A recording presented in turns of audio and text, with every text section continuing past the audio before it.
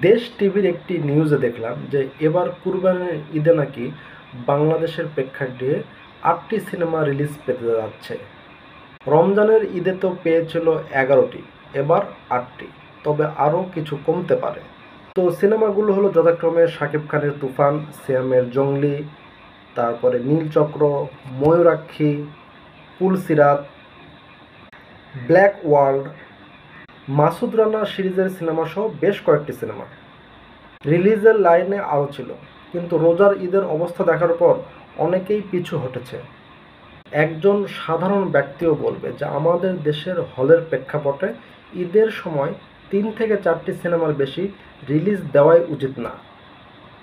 দর্শকের রুচিও পাল্টে গেছে, দর্শককে হলে নিয়ে আসতে হলে অবশ্যই তুফানের মতো সিনেমা লাগবে। এই জন্য আমি সিনেমার সংশ্লিষ্টদের বলবো যে আপনারা সিনেমার কোয়ালিটির দিকে মনোযোগ দেন। কোয়ালিটি ভালো হলে